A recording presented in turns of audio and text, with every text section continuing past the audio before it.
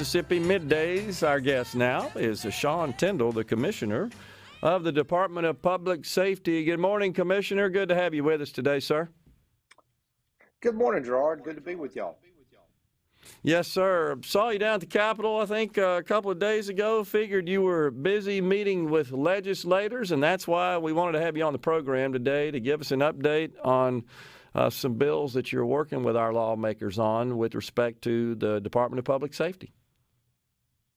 Yeah, I can tell you, obviously it's an election year, so we decided to keep it a little bit light on our bill requests, but we do have a couple of things that are making their way through the legislature that I feel are important, and hopefully will continue to stay alive and work their way through the process. All right. Any details you can share with us, Commissioner, at this point about those? Yeah, absolutely. One of the biggest ones that we've been a proponent of this year, and we've been working with the Mississippi Department of Education on it, the School Safety Alliance, is the school guardian bill. And what this would do basically is allow teachers or school staff, if they had an enhanced carry permit or a concealed carry permit, to volunteer, and the school district approved them doing this to be a part of our guardian program. And with that, these individuals would get 2 to 3 weeks of training. They would learn self-defense tactics. They would learn firearm tactics. They would learn communication with law enforcement. And in an effort to, if we're going to have teachers in schools with a firearm, that they have the proper training and an interaction plan with law enforcement. And with this, as the bill's proposed, they could get a stipend, much like a ball coach would get for the extra effort that they're having to put out there. And they're also going to be subject to training when they first get approved, but also recertification. And we feel like it's just a good step to help make schools safer. We obviously feel like school resource officers are the best option, but we also know that that's not always going to be realistic in every school across the state, that we're going to have a law enforcement officer there 24 hours a day, 7 days a week. So we feel like it's a good alternative. And if schools can already do this, we just want them, if they're going to do it, to have this option to provide those teachers or staff with better training. Gotcha. So would this in any way involve state troopers? No, it's really the Mississippi Office of Homeland Security that's going to be heading it up. We are going to work with all the law enforcement at the Department of Public Safety to help facilitate the training. It would be done at Malota or other training academies across the state. And, really it'd be an agency-led effort, bringing in NBN, Homeland Security, Highway Patrol, NBI, all our divisions that we feel like can assist with the training. Yeah, makes sense. The Capitol Complex Improvement District, is the DPS involved in that in any way? I know this generally would extend jurisdiction of the Capitol Police, but is there a role for the Highway Patrol? Well, when it comes to, the Capitol Police, they've obviously been doing a great job. And there are multiple occasions when we've had NBN come in, we've had Highway Patrol come in, we've had NBI come in and help with saturation details within the city of Jackson, within the Capital Improvement District. Obviously, if they expand it, there's going to be a greater responsibility for Capitol Police within that expanded area. In the beginning, at least, until they can get their forces up, we're probably going to call on and request the help of MHP and CTED, NBN and NBI to do what they always do and answer the call and try to help make the city and state safer. Yeah. How are we doing with respect to the new cadet class that is presently going through the academy? That's very exciting. This will be the 4th trooper school that we've had in 4 years. Governor Reeves has been extremely supportive, as the legislature has, with us doing these annual trooper school classes, and we're hoping to continue that trend in the future. This class started off at about 75.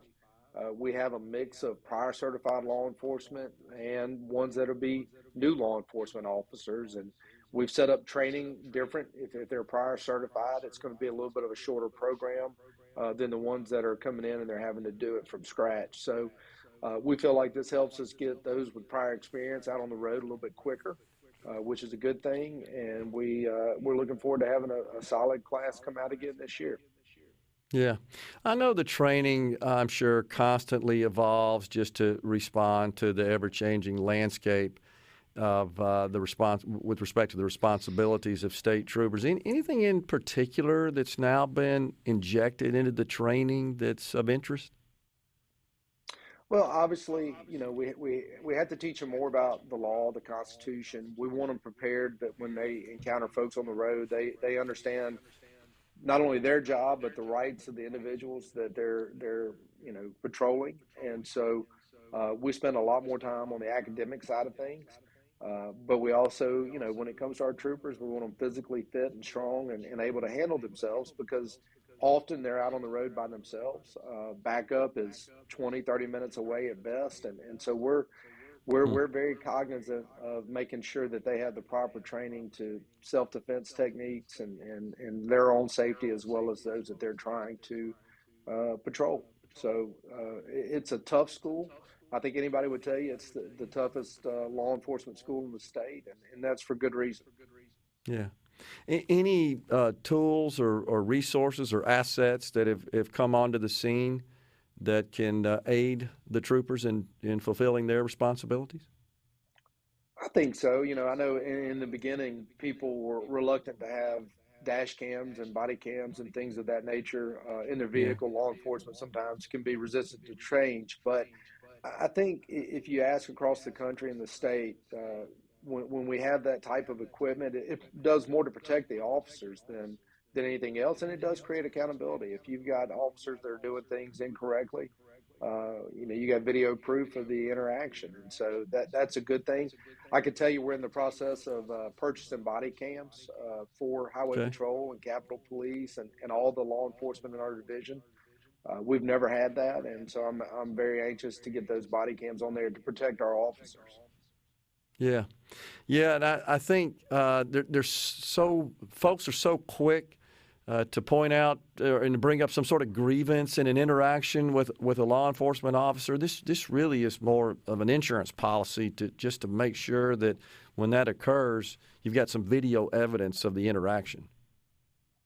Look, it creates accountability all the way around, and Yeah. so and really it's expected these days, and we're behind the curve on getting it for the state law enforcement officers, but I've made that a priority, and we're working with Motorola to get those added to our arsenal so that we can help protect the officers and really protect the public.